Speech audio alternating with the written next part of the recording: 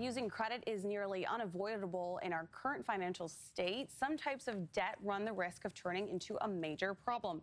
BC licensed insolvency trustee Blair Mantin joins us this morning to walk us through the concerns behind different types of consumer debts and what you should watch out for if you find yourself in a tricky financial situation. Good morning, Blair. Welcome back. Good morning. My pleasure to be here. Yeah, so this is a really interesting topic because there's a lot people might not know about. So let's start with talking about common consumer debts that might fall under a potentially risky category.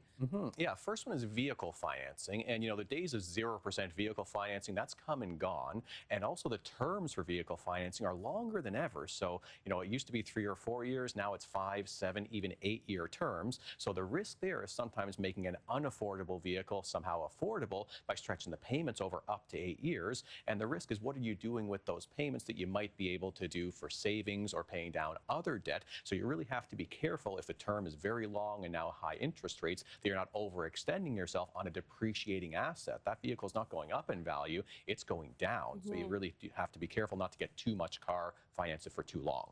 Absolutely. So it's not just credit cards that people should think about, right?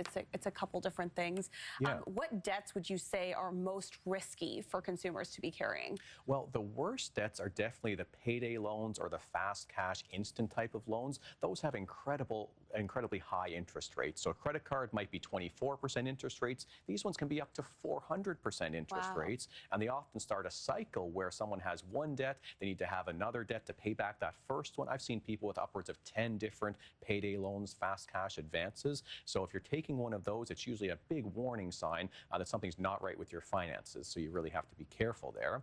Another incredibly risky type of debt is government debt. And the reason it's so risky is the government's got more power of collection than just about any other creditor. With very little warning to you, they can seize your wages, put charges on your assets. Wow. They don't have to take you to court first. They'll usually, send you a letter or give you a call first, but not always. So you can't ignore it if you have a balance to the government. You really have to face that head on. Yeah, and those collection actions can basically start overnight. Exactly, yeah. You might just get the notice from your bank, your account's frozen. You might get the notice from your payroll department, hey, 30% of your wages aren't coming to you, they're coming to the government to pay back that debt. Are there other areas of borrowing credit that most consumers, don't know that they carry risk, but they do?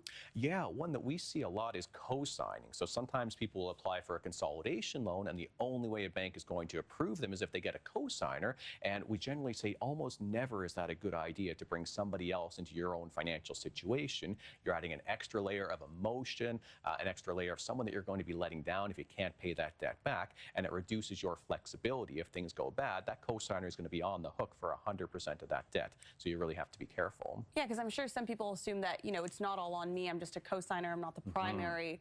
But it's actually equal weight. Yeah, well, it's not 50-50. It's 100% or 100%. If the original borrower can't pay, the co-signer is 100% on the line. And you also have to be careful if you're pledging assets, taking a car that you've paid off and pledging that as security for a loan or putting a charge on your home equity. All of those things can create a very high level of risk. And you should definitely get some advice before you take those steps. Yeah, and speaking of advice, Blair, what can consumers do if they're unsure about what qualifies as risky consumer debt, or if they maybe are in one of these situations and they need help navigating that? Yeah, absolutely. Reach out for free advice. So every licensed insolvency trustee will meet with you at no charge, review your entire financial situation, explain to you all of your options. Most people have never heard of a consumer proposal, which gives you the benefits of debt consolidation, but with zero interest, and it reduces the balance down to what you can afford. Often 30 to 50% of the debt is all you pay back. The rest gets wiped away. So people have way more options than they think. They just need to reach out for help, and don't be ashamed. You're not the only person struggling these days. It's everywhere, as we know. Blair Mantin from Mantin Associates, thank you so much again for your time. If you are looking to find out more information about risky consumer debts and how you can navigate that, you can head online right now to the Mantin Associates website.